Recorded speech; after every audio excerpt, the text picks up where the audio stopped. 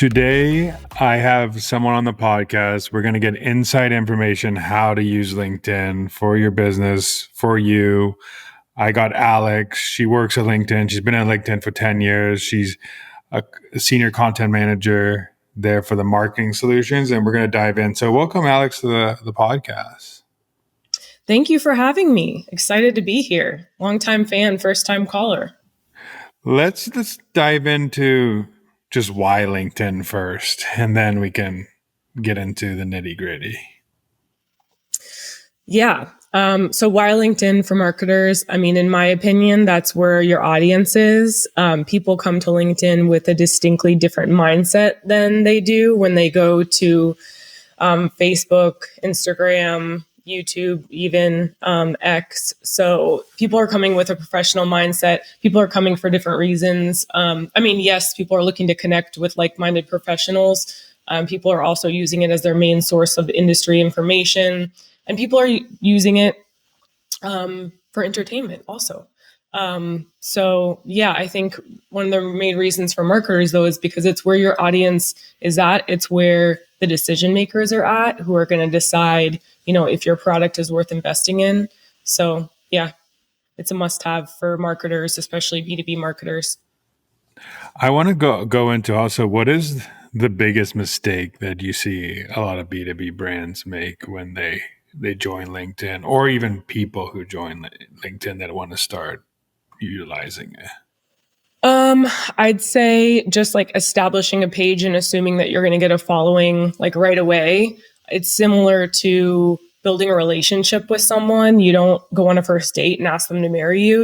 It takes time to build a relationship. It takes consistency. So I think there's this expectation. Okay, I came on, I created a page. I have these solutions that are great. Why aren't I getting more followers? Why aren't more people interacting with my content?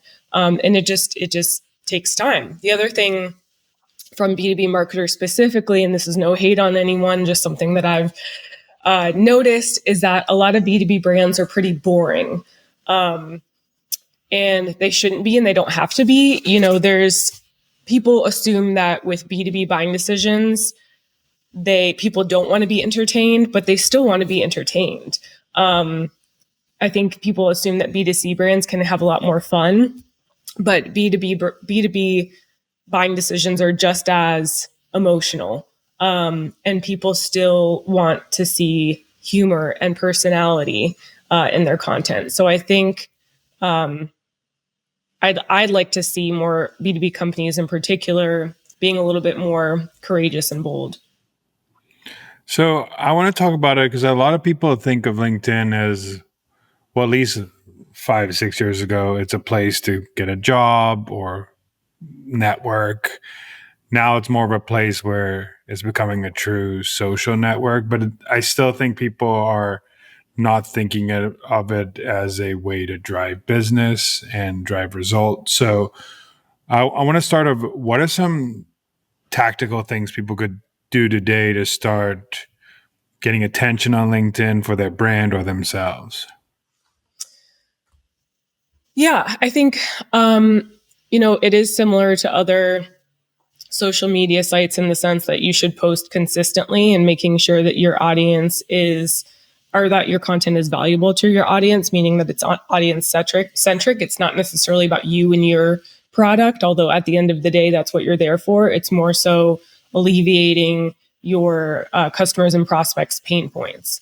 I think one of the first things is just making sure that your content is audience centric, making sure that you're posting consistently, making use of all of the different content formats that are available to you. So, if you're publishing content on LinkedIn from your blog, that's great, but there's other ways to make that you can distribute that content. People want a blog post in maybe a visual format, so like a stat card or a nicely designed like quote card.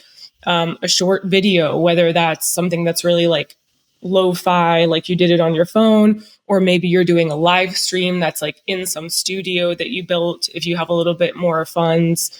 So I think making sure that it's a multi-format approach, posting consistently, and making sure that it's not all about you. I also think no one wants like a page that's like a used car salesman where it's like, buy my product, buy my product. I would make sure that you have a full funnel approach, which means that you're not just going for the hard sell every time. You're publishing some content, maybe that's about industry news that is product agnostic. And that's how you become, a trusted business intelligence partner to these people, not just a person who's trying to sell their product. So one thing LinkedIn just did recently is they're buffing up your analytics with newsletters, with posting. Um, we can go into like newsletters first because I think most people don't even know they can create a newsletter on LinkedIn. And then what was the move to start adding open rates and more analytics into newsletters? Was it feedback? What are you seeing with newsletters as a top of funnel strategy? Newsletters have exploded in the best way possible. I think folks don't always have the bandwidth to be like checking your page constantly, or that, enough time to be coming on LinkedIn to absorb everything. So newsletters are the perfect way that if someone's interested in you or your content, like a summary of what are the top things that they need to know, or like the top tips of the week, etc. So yeah, I mean, I think again, it's just like a different format, a different vehicle to deliver your insights to your audience. So we thought, it made sense given that people are more and more so seeing LinkedIn as a place to come and gain industry news and stay connected, to add that format. And then, I mean, the other big format that LinkedIn's really pushing, and if you can give tips on how to do this the best way, obviously it's video content, and you have a video feed now, and it's different than other platforms' video feeds, but you still see other followers. But how should brands be utilizing that, or people be using that feature, and what are some tips for them to be actually seen in the feed? That's a great question. I've posted a lot myself, just videos about video, very meta. And I've gotten some feedback. I've seen in the comments of like, most people are jazzed. Most people are like, great. This is amazing to see video on LinkedIn. We're excited. And some people are like, oh no, I didn't want LinkedIn to become TikTok. Like, everyone calm down. LinkedIn is never going to be TikTok. That's not our MO. It's like I said in the beginning, a different mindset. We're still a professional platform. We're not boring, but we're still a professional platform at the end of the day. So the type of content that you're coming to consume is different. So that's just like, square one. I think, secondly is just talking about what you know. People are just like, I don't know what to record.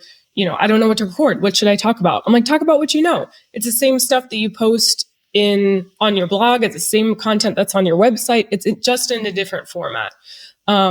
Thirdly, I think it's an opportunity to really showcase your company's personality and maybe folks within your company, like your leaders.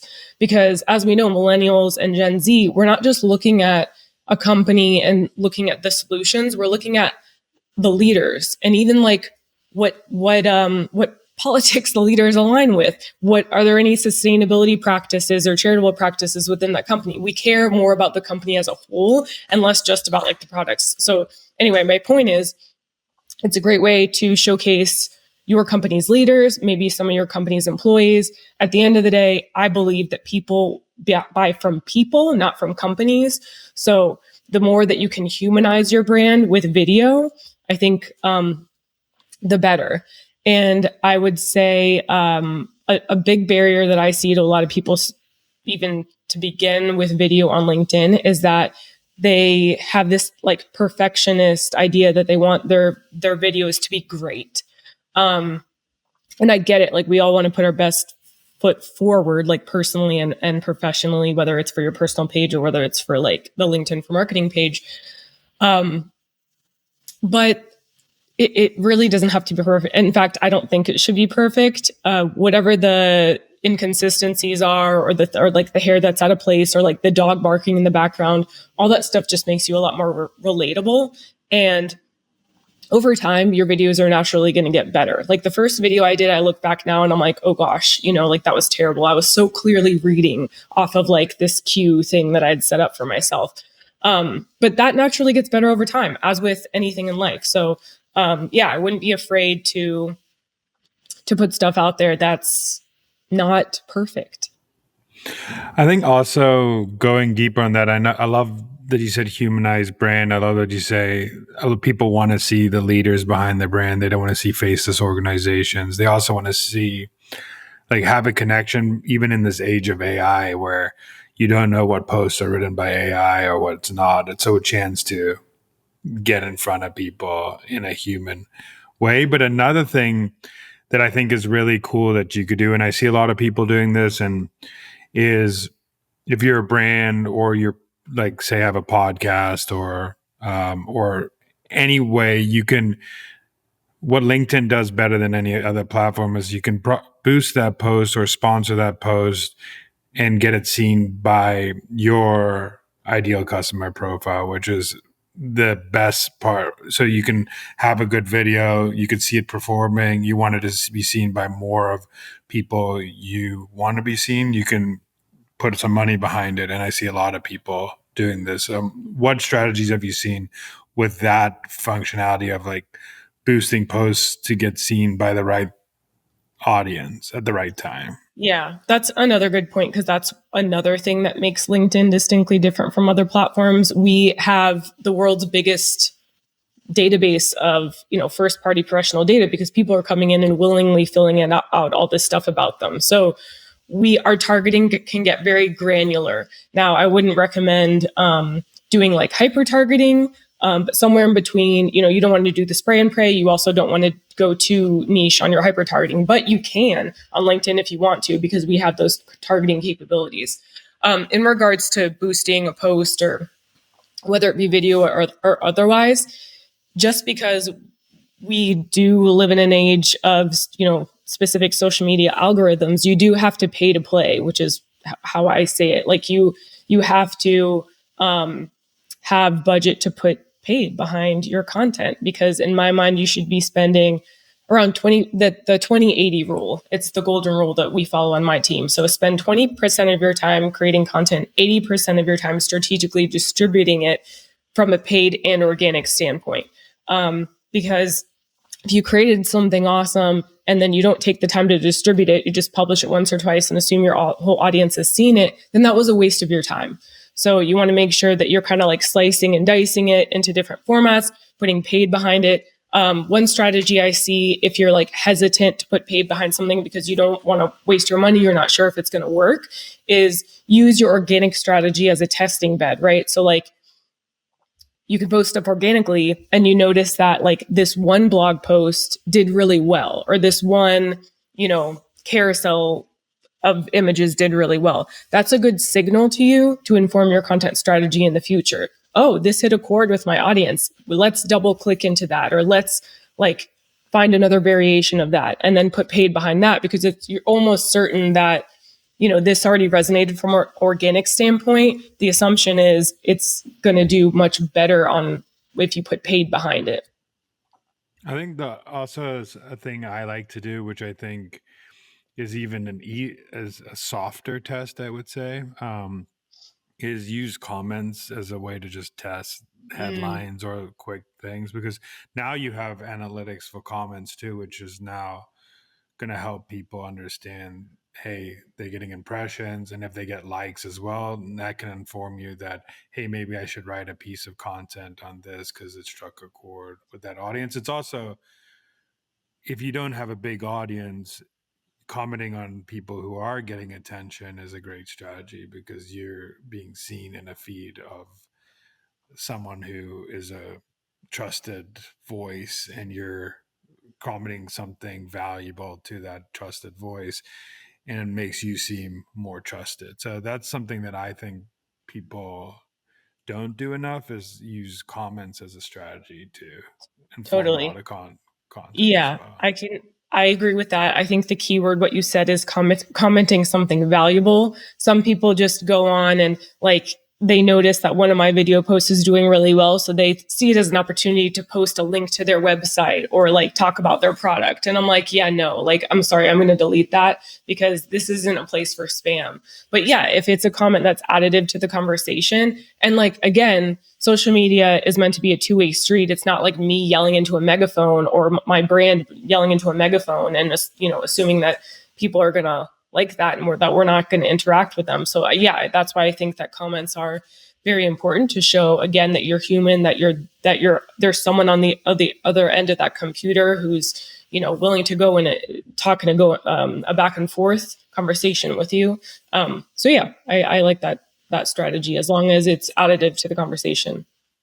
So there's a big trend that, it's been going on for a little bit, but it's are doubling down, and we've kind of hit on it a lot, but people also using personal brands and company pages to do a lot of their marketing. So a founder posting or head of marketing or whatever their audience is that they use it, utilizing those profiles as well as the personal brand. Do you part of the strategy of growing your brand or your company, do you recommend that you have some personal brands attached so you get seen more?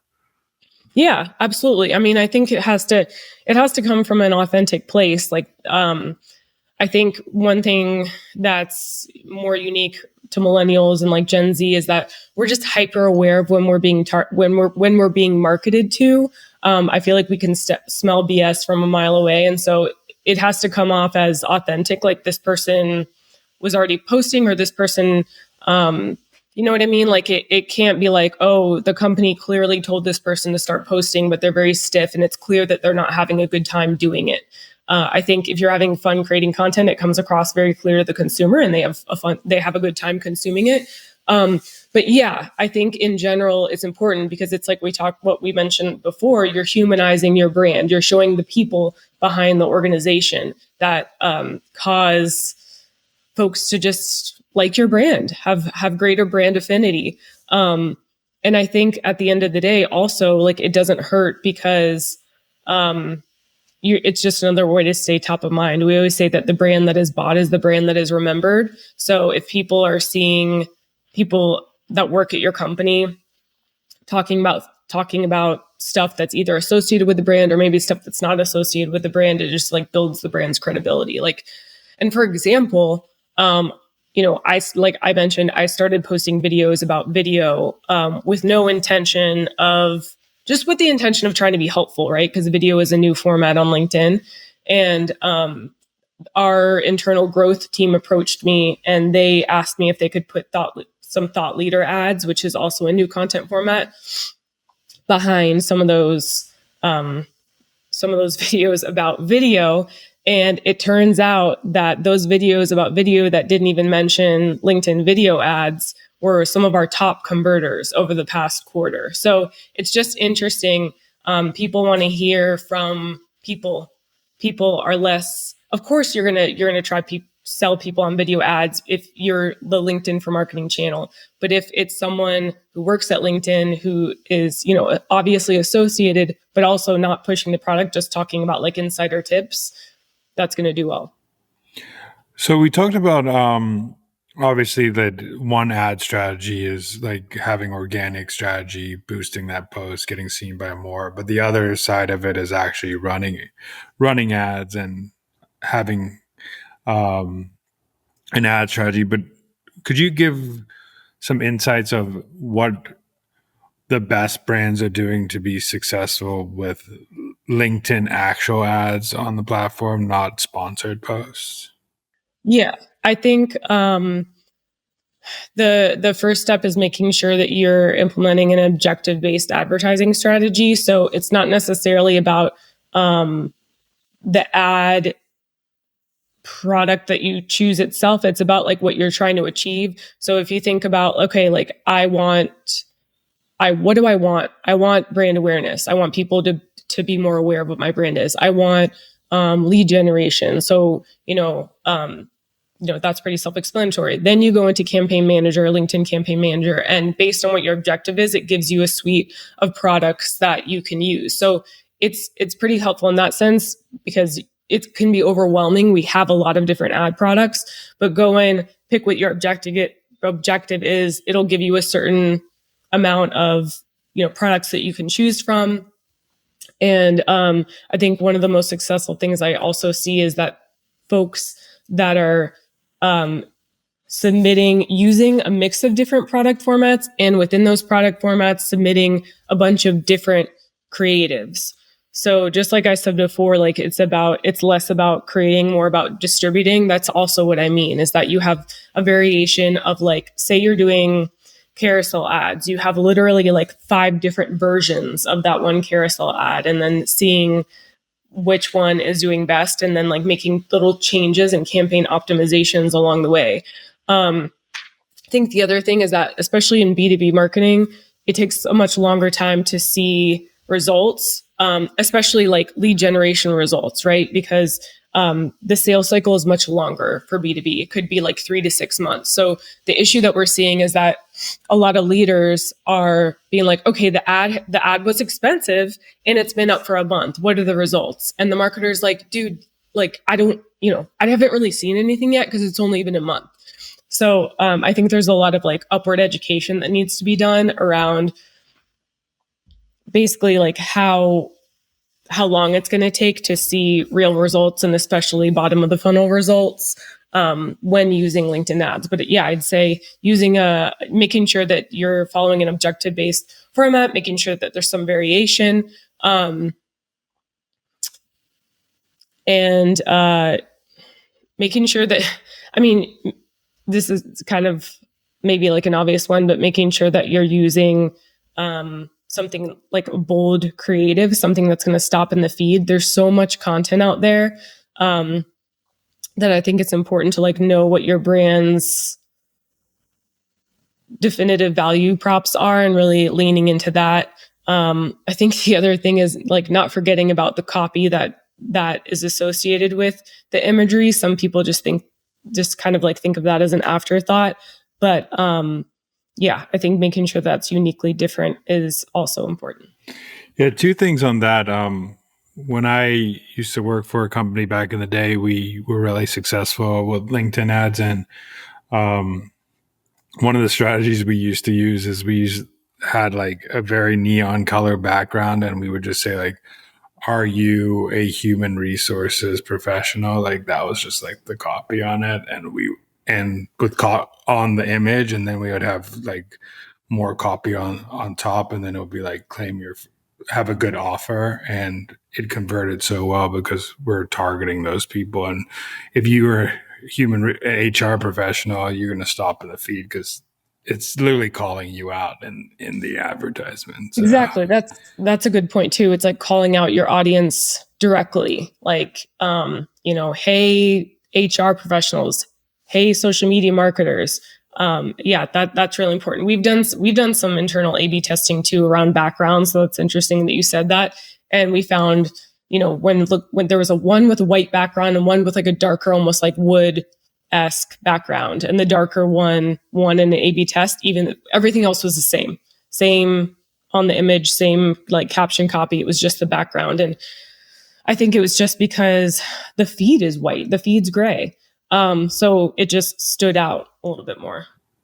I think another thing that good advertisers do, and I feel like people forget, and this is why you should invest in organic strategy if you're going to do ads on any platform, is you need to have a company profile with some followers or some good stuff on there, or a good landing page. So if someone's going to scope you out when you are running an ad and you have 5 followers or 100 followers, it looks kind of sketchy in a way, even though followers are sometimes vanity metrics in some people's eyes, but I think it's also social proof in other people's eyes. So that's why focusing on having a company page with good content on there, a link to something that you really want, something that's your copy and your bio is telling them directly what you do and who you are, and showing personality on there is a great way to also have conversion because it shows the followers of your company when you're running ads. So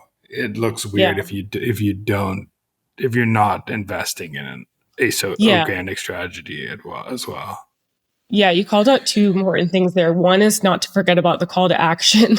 I don't know why I still have to say this, but like if you're going to run some kind of ad campaign or even if it's just an organic post, make sure that you're sending people somewhere. So you're sending people to a landing page, you're sending people to the blog, what's the call to action? What's the next step that you want folks to take after they just consumed your post? The other thing is, yeah, I wouldn't put paid behind a campaign if it's telling people to go back to look at your LinkedIn page and there's like nothing really there. There's not a lot of content there. There's not a lot of followers, like you said. You're not ready. You're not ready to put paid behind it quite yet. Unless, I mean, people do follower campaigns pretty like early on, but I think it's important to establish a good consistent flow of content, make sure that there's stuff on there so that when you're driving people there, they're not like, oh, this is a dead end. So yeah, that's really important.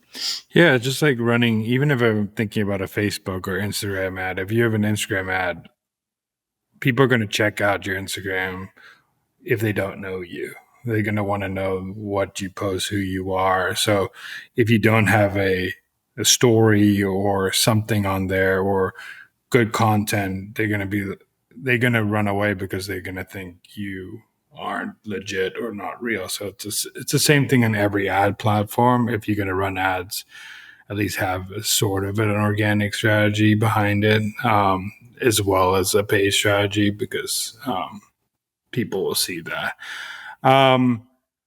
What are some other underrated tactics people should be thinking about doing on LinkedIn? Yeah, I think not burying the lead is important. People, especially marketers, are pretty busy. So whether it's a video or it's whatever format it is that you're publishing on LinkedIn, whether it's a blog post, make sure that you're very clear and pretty early on what it is that the marketer is going to learn from this. Because again, it's not about you. No one cares about you. People are consuming their content because they're hoping that it'll make them look good in some capacity. Maybe they're learning something. Maybe it's something that can communicate up to their bosses. Whatever it is, it's about them. So make sure pretty early on. And if it's a video, I'd say within the first 3 seconds, what it is that they're going to learn. In that same vein, making sure that it's snackable content. Back when I first started at LinkedIn back in 2014, 2015, we were creating these like one-stop shop ebooks of everything you need to know about LinkedIn for marketers. And it was like 100-page ebook. I laugh now because no one's going to read that. I don't even know. I mean, people read it then, but I don't think that's not what people want now. So making sure that you're creating more snackable, shorter versions of that within your feed. And when that comes to video, I'm talking about like 30 seconds. Like whatever you have to say, you can probably say in 30 seconds, maybe a minute. Unless you're doing a live stream, which is obviously a lot meant for a longer format. But even if you're doing a live stream and it's like you and me talking, or maybe like there's us in a like couple, there's 3 or 4 people talking, I'd say like keep it to 30 to 45 minutes max. I want to go into some rapid fire questions for you. Just Oh no. Don't worry, they're not going to be too crazy. But what for you? Just first thing comes to mind: best LinkedIn post format: text, image, video, or carousels. Video followed by carousel, followed by image, followed by just text. Ooh, I like that. What's the number 2 is what's the most overrated LinkedIn marketing tactic? Overrated. I see a lot of people posting just because I think I get the sense because they just feel like they have to be posting. Again, there's so much content on LinkedIn, especially with like AI assisted content now entering the game. what's happening is what we're calling a sea of sameness. So there's just so much content. There's an influx of content on the feed. You don't need to say anything unless you have something to say. Like, that's okay. If you don't have anything to say, that's fine. Like, obviously, you don't want to go radio silent for a month if you're a brand, but if you don't have anything to say, don't say it. And in fact, when you do speak up, people will listen more closely because they know that you're not just like posting because you feel like you have to post to keep up with the Joneses. What is one B2B brand that's crushing it on LinkedIn right now that someone could go look for an example? I'm probably going to get a hard time for this, but Salesforce, they do everything really well, from like their illustrative images, making something like, something that's maybe could be more difficult to understand what it is, and making it cute, and like and adding brand affinity that way. They're also doing some really cool stuff with like their videos, where there's almost like a pop out image to the video. It's hard to like explain, but I can send you the link afterwards. But essentially, they were promoting an event that they're doing, and they have like this little illustrative character like walking across the screen during the video. So I feel like they're really trying to think outside of the box when it comes to their content. What is the best feature for marketers? LinkedIn feature. The best LinkedIn feature for marketers. If you don't already have a LinkedIn page, that's the best feature, because A, it's free, and B, that is where you're going to need to establish that in order to start using ads. You can't use ads as a company if you don't have a page, which just is kind of an obvious thing, but just reiterating that like the page is like the bread and butter to begin spending and growing your business on the platform. Other than that, I mean, there's just so many good ones. I think if you're not live streaming yet, I would start to use that. I feel like our live streaming feature is pretty cool. Now we have live event ads, so you can actually promote the event. It'll help you promote the event before, during, and after, and do some pretty cool like retargeting stuff to people who attended the event afterwards. I like that. I think, just to add on that, I think a lot of platforms, you see the rise in social shopping. You see the rise of just influencers going on live stream, but you don't see a lot of LinkedIn. I think live stream is one of the best features. If you're trying to, you can literally hop on anytime and talk to your audience, whoever's on that time, and it'll be seen by people, or you can plan an event. So you could do both, which is cool. Yeah, and it's like it's in the moment thing. Like when I come on and I see one of my favorite brands live streaming, I'm like, oh shoot! Like there's this sense of timeliness. Like this is happening now. Like let me hop on and hear what they have to say. But the other cool thing is that the content lives on far beyond the single day of the event, because when we do a live stream, then we chop it up to shorter social videos. We do a blog post around it. We like continue to talk about it long after the event to drive eyeballs to it. So there's a lot of different things you can do with it. It's not just like the actual day of the hour of the live stream. What is one piece of advice for someone that is struggling hard to get traction on LinkedIn?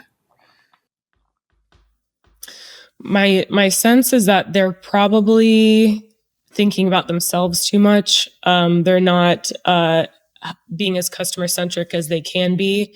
So that means when you are publishing, think about your target audience, think about, maybe do some research. What keeps them up at night? What are their issues? And then creating content specifically around that. So not about you, not about the customer. The other thing that I think is that everyone's just like obsessed with talking in this like non-human corporate speak that drives me bananas. Like if I read one more blog post that starts with like the ever-changing world of B2B marketing, the landscape is changing at a rapid pace. I'm like, we know, like we get it. It's ever changing. It's been that way since the beginning of time. But like, I think it's important, and I want to see more brands do this, specifically B2B brands, is talking to your audience the way that they talk, the way that they talk to their friends, the way that they talk to their peers. That's a lot more relatable, and just like calling out the elephant in the room if there is one in regards to something. Yeah, I just think these like who talks like that in real life? That's what I want to know. Yeah, that's great advice. I also, the one thing that you said about they're self-centric, I always say to people that aren't performing on LinkedIn or social in general, this is not your personal journal. If you want a personal journal, it's for you. So you're just documenting for yourself. If you want to get attraction, you have to do what other people want and you have to write what other people want to hear. And if you don't like that, it's okay. Some people say, I'm writing such in depth, like cool content. I was like, but do people actually care? Are you writing it in a way that people want to read it? Is it easy to digest? Cool, or does your audience think it's cool? If you think it's cool, keep it for your diary that you put under your bed. If you think your audience is going to think it's cool, then great. Yeah. 100%. Lastly is I want to ask you, because I ask everybody on this podcast, is what is a marketing hill you would die on? The marketing hill I'm going to die on is never underestimate the importance of top of the funnel content and investing in brand.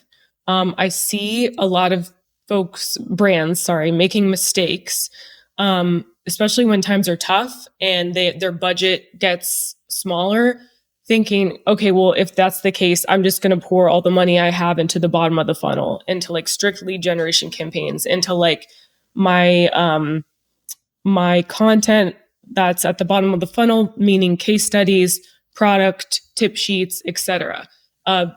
That's not going to help. You're wasting your money.